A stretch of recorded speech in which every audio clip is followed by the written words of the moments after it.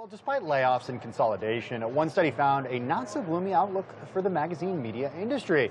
According to Folio, nearly 7 in 10 readers expect revenue to increase this year, with 22% anticipating double-digit growth.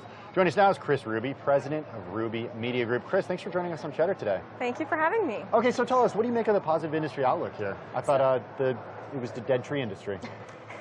So I think actually it does make a lot of sense if you look at how they are adapting, right? So there's this motto, which is grow or die. And I think that the positive industry outlook makes sense for the publishers who have actually grown here. The other ones have died, but the ones who have grown are looking at new, innovative ways to increase revenue.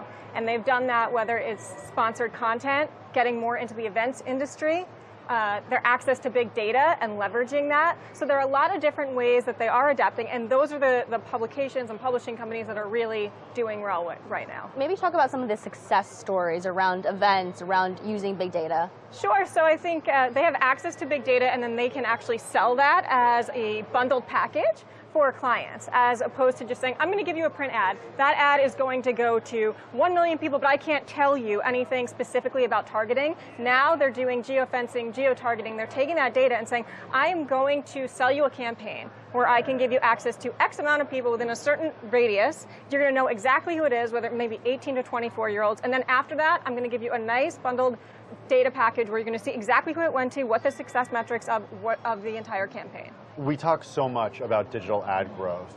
We talk so much about Google and Facebook controlling a majority of the growth in the digital ad market.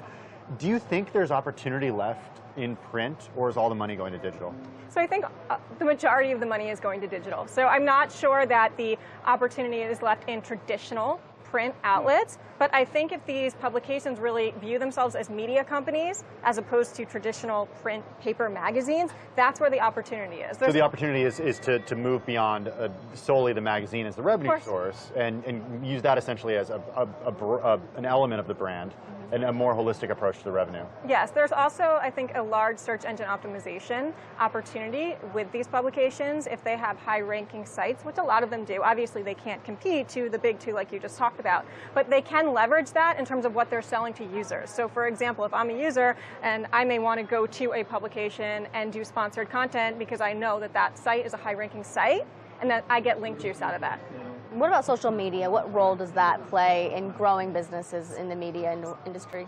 So this is a great question. On the one hand, social media is integral right now, and they have to include social media offerings in what they're doing in these packages. So maybe that's a boosted post, for example, that they're going to include with something else that they're selling. But there's also a problem with social media. We saw this a few weeks ago when Facebook was down for an entire day. So if you are a publisher and you are selling social media as part of your package, well, how are you going to deliver when Facebook goes down for the day? That is really the problem that these publishers are facing. What about the digital ad revenue opportunities? Google, Facebook controlling, by some measure, 57, 58% of the industry. How do other companies keep up with that? I mean, Amazon is certainly doing a good job of eating into that pie. Pinterest set to go public here this week.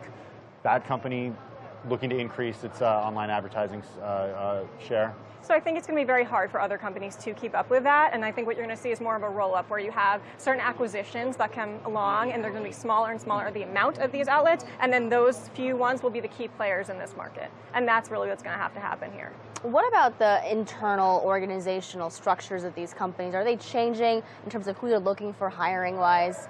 This is a great question, and they definitely are. So right now what they're doing is they're really looking for a lot of millennials to sort of come in to their organizational structure.